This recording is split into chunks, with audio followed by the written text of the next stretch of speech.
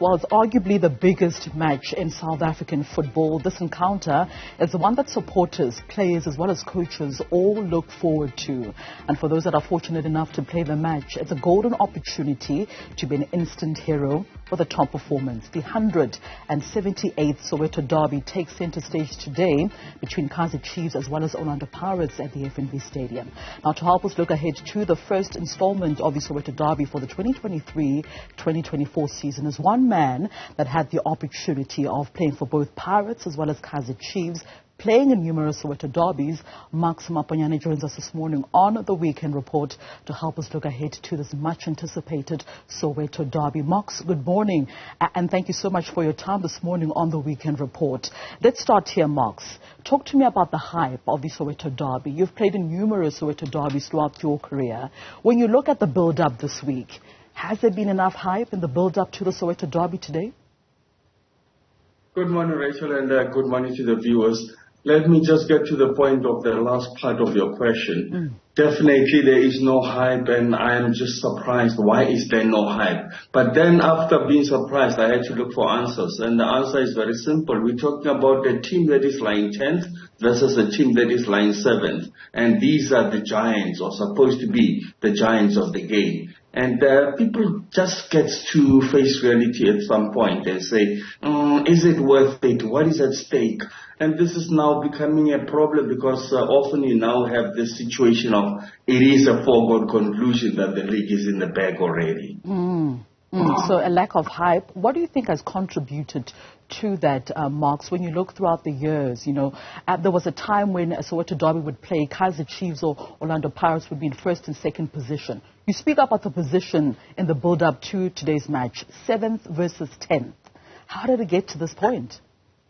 We got to this point because the reality is that I checked in the last 4 games of the two teams. They haven't had any consistent victories. And in fact, there are more draws and losses than victories from both teams. I mean, you can recall that Pirates just got a victory against Sikukuni midweek, and then Kaizer Chiefs got that comfortable victory against the side that's been struggling, bottom of the lock, if you like. That is, Cape Town Spurs. So it's not like hyping anyone who would say, wow, we are on a winning streak. So they haven't really been on a winning streak. Both teams have really been even struggling to score goals. And that's what people could be considering. And to be having a packed FNB will be a surprise for me.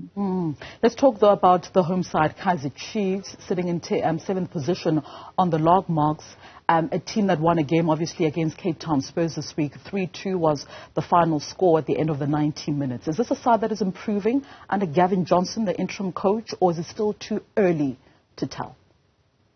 I think it is too early to tell because 2 games, a win and a loss and a win, you can't say improving because it's the balance of the two. So there is a side that will need to even have nerves nerves of steel, if you like, to say, let us continue. In fact, by the way, let's look at it this way. Both teams are now poised to win 2 games back to back, which has been a problem with the two. So either of the two, if they win today, will be a win back-to-back. A draw will just confirm what has been happening between the two camps. Do you think Gavin Johnson is under pressure to get a result today?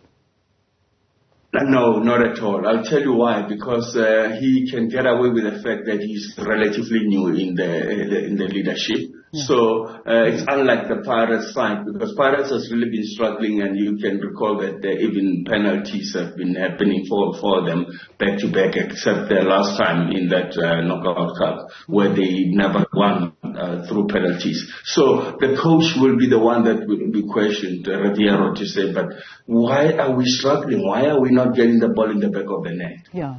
Let's talk about Orlando Pirates. Obviously, you know, at the start of the season, Marks, they were touted as potential title contenders, rivals to Mamelodi Sundowns. And so far, they've blown hot and cold. They started well. They defended the MTN 8. They were knocked out of the Carling Cup competition, out of the CAF Champions League. What do you think has been at the heart of the inconsistencies at Orlando Pirates? I think you look at a few areas. Injuries as the first point. But not only injuries, inconsistent lineups, because coaches will always have a problem when the team is not winning, meaning putting the ball in the back of the net with regular monotony. That would also lead to a coach thinking, who have I got in this squad? And looks around and end up hoping that anyone coming from the bench becomes the one that could win things for him. But if you've got a squad that's got talented players that's been winning, you can even play around with the squad. Call it rotation if you like, but you play around with the squad that you know that will give you the consistent results that the fans are looking for. But when they're coming in and out because you're hoping for consistency, it becomes a bit of a problem. Okay.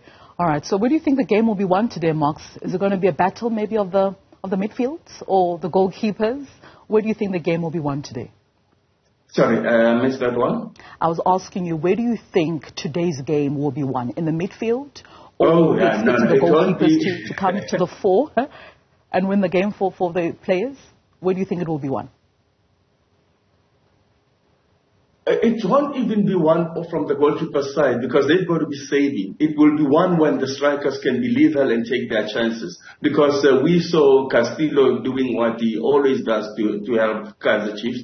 And then we look at Orlando Pirates, Maponyane, maybe he could be boosted by the fact that he scored that important goal. So it's more of the striking force that will be testing the keepers. But the big question when you're talking keepers is, will Kuna now be in goals like he was midweek? And the only thing that I picked up is that in every game that Kuna played, and I'm sure anyone will just say, yeah, you're right, you're wrong, but I stand to be corrected. He has never missed to concede. You know, it's like he has to concede. Whether they win or lose, he still concedes. So I don't know why is it that way, because he was always been the number one goalkeeper. China, I think, is still injured because we've seen Tembu being the one in the goals for Pirates. So that is also a debatable one. So goalkeepers are not the point. The point is the ones that have to expose them. The striker is obviously going to be very crucial in today's game, Marks. Talk to me about, the pressure that then comes with performing in a Soweto Derby, Marks. You've played for Orlando Pirates, Kaizer Chiefs as well. The pressure that comes with performing, more so for the debutants, because I get a feeling that there are a couple of players today that will be playing their first Soweto Derby for their respective teams. Yeah, you made a good point when you say, especially for the debutants, because when you have always been either for the two sides or playing for both, then it's more a pleasure of playing the derby. But the pressure for the debutants is the fact that they always see such massive crowd for the first time, and then the whole week they've always been getting messages from all corners or all quarters, and especially with management now trying to get them to get up and say, stay focused, this is why you are here, do what you do best, do what we brought you here for. So for them it's just a lot in their minds, and then suddenly they get onto the field and they realize the hype is different. And they're only fortunate, by the way, Rachel, that the fans are not continuously vocal and singing throughout. I think it could be even more pressurous for the debutants if the fans were just noisy throughout. You remember your Bloemfontein Celtic fans? If they were just like the Soweto fans, then the derby would even be putting more pressure on the debutants. Okay. Max, before I let you go, obviously the dreaded question has to be your prediction for today's Soweto Derby. Who's walking away with all 3 points on offer and, of course, the bragging rights? Based on the background that I gave, which is inconsistency from both sides, I can just proudly and boldly say a draw will not surprise me. A goalless draw or a scoring draw? It can be a 1-1. Goalless is the preferred one, which will really make my day very long because I'll be sitting there thinking, why am I here? I'm going there, by the way. So let it work my petrol. Max, I appreciate your time this morning on the Weekend Report. You look like you can still play a Soweto Derby. I think I want to. That is, of course, Max Maponyane. They're just giving us an analysis of what to expect in the Soweto Derby later on today, saying that it's likely to end up in a draw.